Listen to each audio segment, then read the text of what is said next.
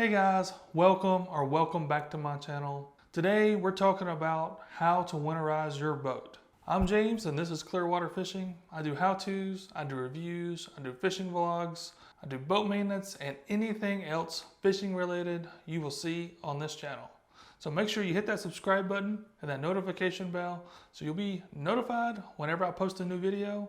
But let's get right into how to winterize your boat.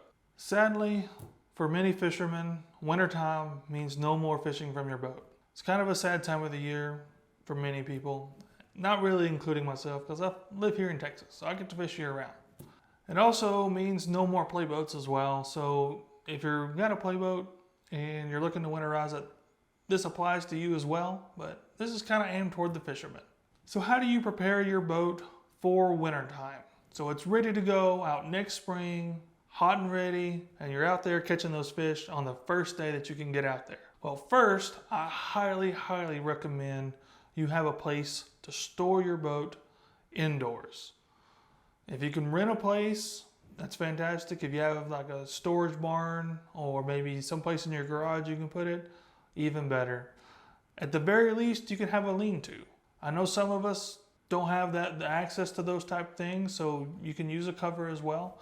But the better you can keep your boat out of the elements and out of the cold, the longer everything is going to last. So I have the rest of this video broken into 3 parts. I have the engine, the electrical system, and the electrical related stuff.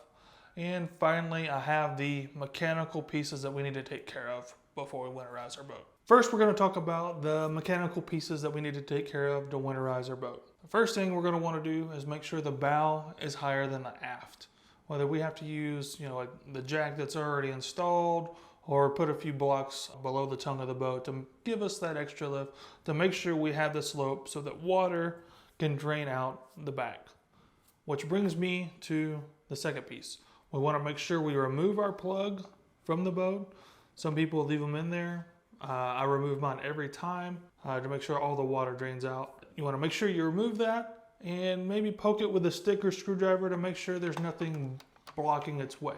And throughout the wintertime, you may want to do that a few times just to make sure that leaves and stuff like that don't block it. I've had that happen once before. My dad and I had a boat.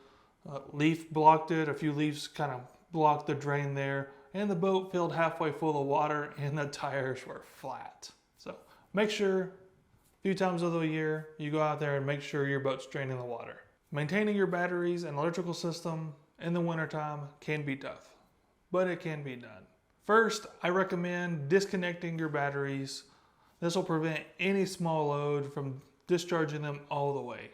I have a charger that monitors the battery health and will charge them throughout the wintertime as they need it. So if you have one of those, you don't have to disconnect your batteries, but if you don't, I would definitely recommend going out there maybe once a month, putting a little charger on them and making sure those batteries stay fresh. Next, you're going to want to remove your fish finders if possible and take them inside and store them. These guys aren't cheap and you want to make sure they stay in tip-top shape. When you remove your fish finders, you're going to have some open connectors. Sometimes they'll have caps on them. So you want to make sure you put that cap on there.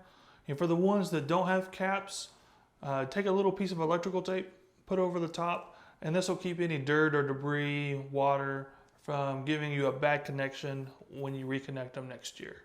So the last thing you want to do to protect your electrical system is to keep the mice out of it. So set up a few traps around the area that you're storing your boat in, preferably, not where dogs or children or anything else can get to them. But pretty hidden, and keep those pesky little critters out of your wires. I have had mice chew up my trailer wires before and I had to rewire my trailer. Wasn't too happy about that, so don't do the same thing as I did. Put a few traps out and make sure you keep those pesky critters out of your wires. Now we're to the most critical piece, the engine. We definitely want to make sure that we take care of this guy and we make sure he's winterized properly. So the first thing we're going to want to do is before our last trip, we're going to put some winterizing treatment into the fuel. Typically a simple stabilizer will work just perfectly, but you want to make sure you get it in before that last trip so it's all the way into your fuel system. Next, you're going to want to make sure your foot and engine are trimmed all the way down. This will prevent water from filling the foot, and if it freezes, it's just going to cause a whole lot of issues. It may even crack the housing, which is pretty much unrepairable.